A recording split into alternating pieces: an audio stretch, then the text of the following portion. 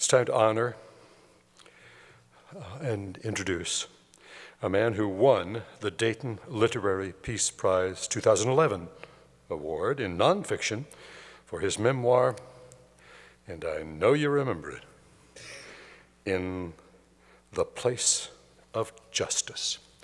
You will remember, I think, that he spent 44 years as an inmate in the Louisiana prison system before winning a new trial and his freedom, but only in 2005. He pioneered a free press behind bars in 1976 when he became the editor of the Angolite, a prison news magazine that was nominated 7 times for a National Magazine Award. And while in prison, he was a correspondent for National Public Radio's Fresh Air, co-produced and narrated a radio documentary, Tossing Away the Keys, for NPR's All Things Considered, and he co-directed the Academy Award-nominated film, The Farm, Angola, USA. Since his release from prison, he has received the Human Rights Award from the Southern Center for Human Rights and the Champion of Justice Award from the National Association of Criminal Defense Lawyers. Here to present the winner of the 2012 Dayton Literary Peace Prize for nonfiction, Wilbert Rideau.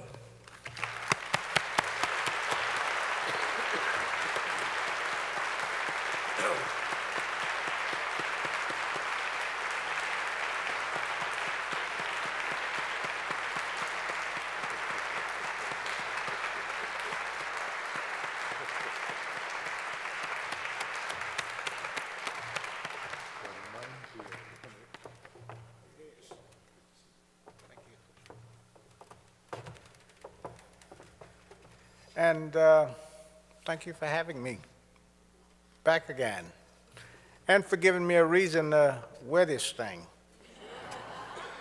It's only the second time in my life that I've worn one, and both times is Dayton.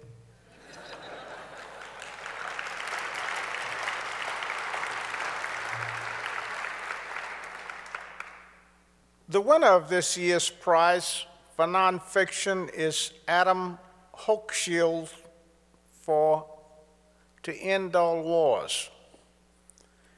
Adam is a journalist who writes books that sometimes takes us into historical arenas we would rather not enter to show us realities we need to know. I am no fan of war, or war movies, or war histories, but I love this book. There is a saying, sometimes attributed to Winston Churchill, that history is written by the victors.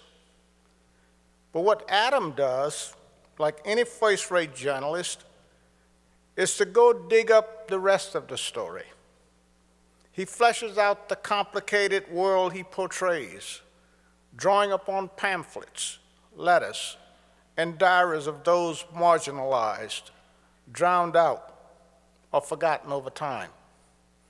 He prompts in us deep questions about the morality and glory of war. He takes us to the Western Front, where war has come to this. Cats are nesting in the corpses of British soldiers in the stinking, overcrowded trenches. He takes us to the battlefield at the Somme, where the commander knowingly sends waves of helpless soldiers to be mowed down by German machine gun fire. 19,000 men killed just the first day. We learned the perverse result of this slaughter is that British generals began to measure their success, not by territory gained, but by their own casualties, which numbered 500,000 in less than 5 months. And then we learned that the British government co-opted the press with VIP quarters and red carpet treatment. Most importantly, Adam Hochschild takes us into the other trenches, on the home front, to give us the perspective of those who passionately defied the popular cry for war. Writers like Bertrand Russell and pacifist leaders Charlotte Despard and Sylvia Pankhurst, all of whom had staunch, active pro-war relatives, a cousin, a brother, a sister, and mother. We see the devastation of families torn apart by war, and it's hard not to think of our own Civil War. Adam vividly portrays the courage it took to resist the draft and to speak out against the war, and the high price conscientious objectors and resistors paid. 6,000 were sentenced to hard labor in prison, where they lived in 7 by 12-foot cells. Other resistors were sent in handcuffs to the trenches on pain of death if they refused to fight. Why such draconian measures? Perhaps, as government lawyer Sir Archibald Botkin is quoted as saying, war will become impossible if all men were to have the view that war is wrong. To end all wars leaves the reader with questions.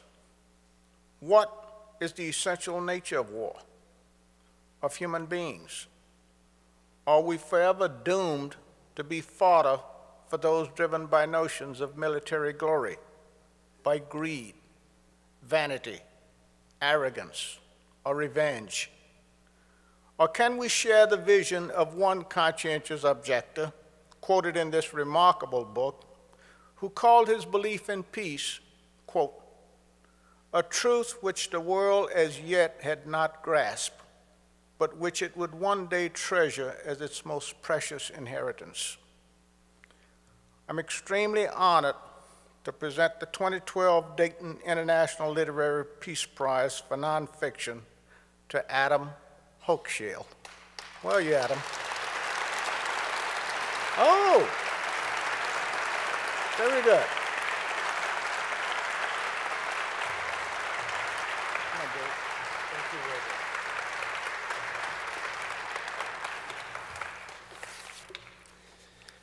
Well, thank you very much, Wilbert, and thanks to all of you here in Dayton. You know, you've done really a splendid thing by setting up this group of prizes for writing about peace. It is the only such award I know of anywhere. I was curious when I started to think about this, and I did a little bit of research to find out the number of prizes there are for writing about war. And I did some research, and I found that in this country alone, there are no less than 4 organizations that honor writing about war. The Naval Historical Foundation gives an award every year for the writing of military history. The American Historical Association gives a prize for writing about European military and strategic history. The Pritzker Military Library gives for lifetime achievement in military writing an award each year of $100,000. I should add that if Dayton ever decides to follow their example, please make it retroactive. The Society for Military History gives literary awards in 5 different categories. So it is just wonderful that you have pioneered the idea of honoring writing that promotes peace. Now, as a reporter, I've encountered a certain amount of conflict and war directly, but I prefer writing about history because sometimes I think that when we look at events far back in the past, or not so far back in the past, but removed from the time that we're living in right now, we can see things a little bit more clearly. And I have long been fascinated by the First World War because it seems to me in so many ways such a monument to so many dimensions of human folly. The nations of Europe had all been getting along with each other rather well. And then they fell into unprecedented destruction through an odd chain of events that began in late June 1914 with the assassination of the Austrian Archduke at Sarajevo. Even 4 weeks later, the end of July 1914, the continent was still at peace. But less than a month later, the war that broke out was so immensely destructive of human life that in August of that year, in a single country, France, more than 23,000 French soldiers were killed in one single day of fighting. And death tolls like that recurred again and again and again throughout the war until by the time it ended, there were more than 9 million soldiers dead and probably, though we'll never know the exact figure, an even larger number of civilians.